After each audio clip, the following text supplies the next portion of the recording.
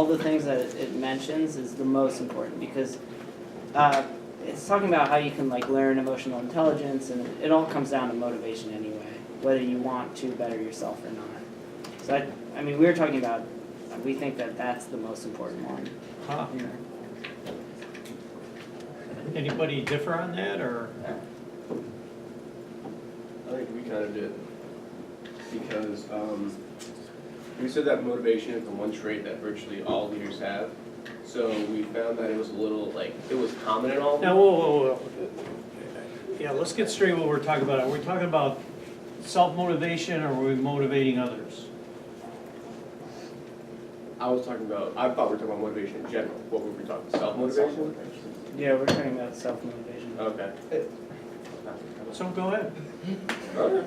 You're talking about it in general. Oh, okay, sweet. So, What is, I guess I'm kind of lost right now. Did I just like do something completely different, or what's going on?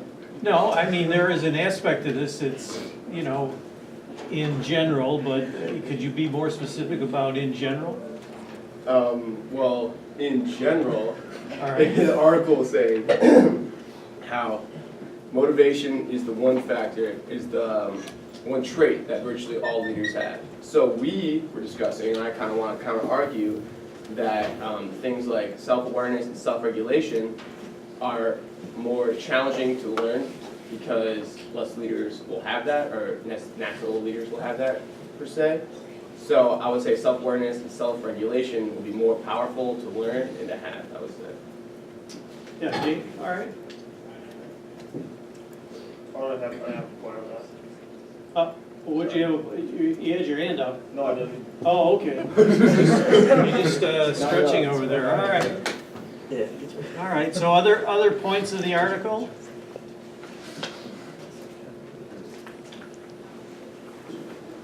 Now I have my hand up. Now you, okay, you're up? Social skill, I thought it was cool how they, how you kind of elaborated on if you're doing it, the whole, like, being good at having the social skills is moving something jockey forward. That's like the point behind it. I never really thought of it in that term. All right, So like, Ariane? I'm just putting Well, you had your hand up before. No, I was putting No, oh, no, you're just a jacket, all right. Yeah. Confusing, yeah.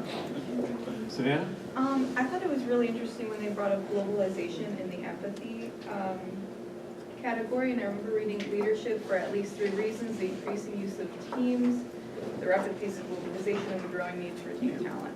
When they brought up teamwork, I remember reading another article on how Common Core was really pushing for students to start teamwork early. So now when you walk into a classroom, you won't see rows of desks, you'll see like groups and teams, and I think that's really important because empathy plays a really big part in that, and working in a team and understanding.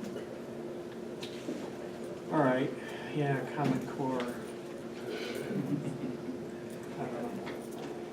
I'm not a big Common Core proponent, so whether you have the desks in little bunches that look like groups or you have them in neat little rows. I mean, I'm not a fan either, but I do have friends who are teachers, and that's what they see a lot of now, push for teamwork, and I think that's really important too. Okay. Ben, you were mentioning motivation is the most important thing. What do you have to have before, I mean, he has this model. What's the first thing in the model that, you know, he talks about? In this article, Mm-hmm. well, like as far as traits, the first one that he's talked about is self-awareness. Okay,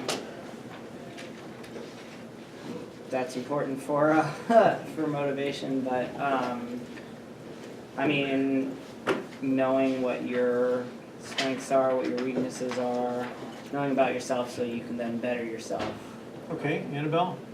Well, just kind of adding to that, I think a big part of it, you have to be aware that you need to change, be aware that something is changing before you can motivate yourself, because if you don't realize that something needs to change or that you are then you're not gonna be motivated to change because you don't think that it's necessary.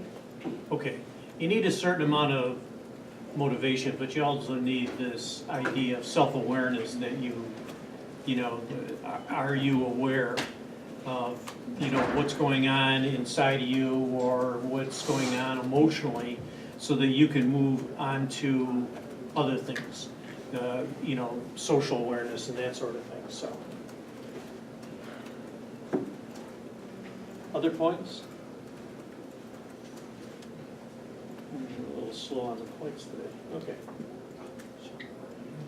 I put these notes on a little earlier this morning.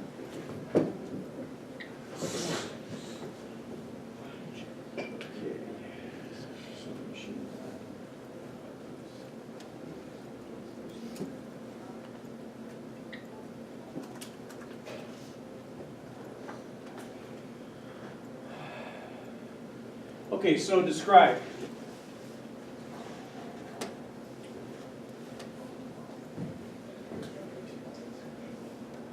Oh, come on, you guys have been talking about your bosses and journals for weeks now.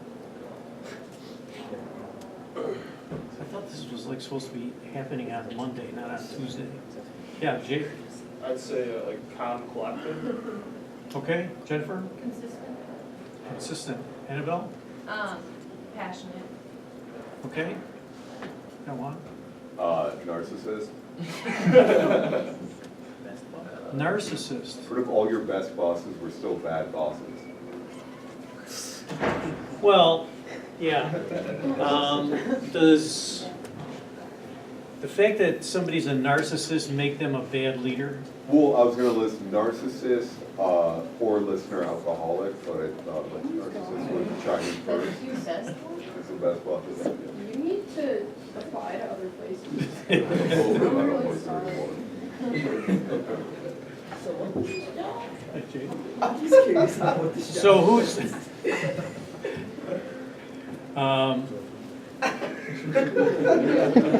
you thought I was on there. what's that? And you thought I was in here. Yeah.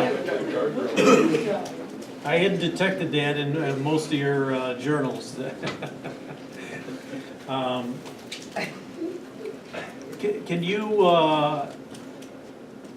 Can you describe a narcissist since you brought it up? So it's just kind of the arrogance principle. They don't really listen to you, even when they fail. They kind of have that external view, so they'll blame it on all their workers. And they when they have a victory or when they do like anything right, even small, they kind of overinflate it. He was always very self-absorbed. When things went right, he'd be like, "Oh, I'm great, I'm the best," and I'd be like, "No, you're not." In my head, and I'd be like, "Yeah, good for you." And then when things went wrong, he would just shoot people out, and he didn't really know how to lead or anything. And Would it surprise you to know that you could make a case for President Obama as being a narcissist and the current president, Trump? I think most presidents have to be a little. Yeah, I mean, you have to have a little bit of that. Now, whether you call it arrogance or you call it self-confidence, where does self-confidence start, and, you know, what's the difference between self-confidence and arrogance? I feel like there isn't that much. It's mostly perception, just like there's Sure. not that much of a difference between doing something courageous and doing something dumb. It's the outcome. All right.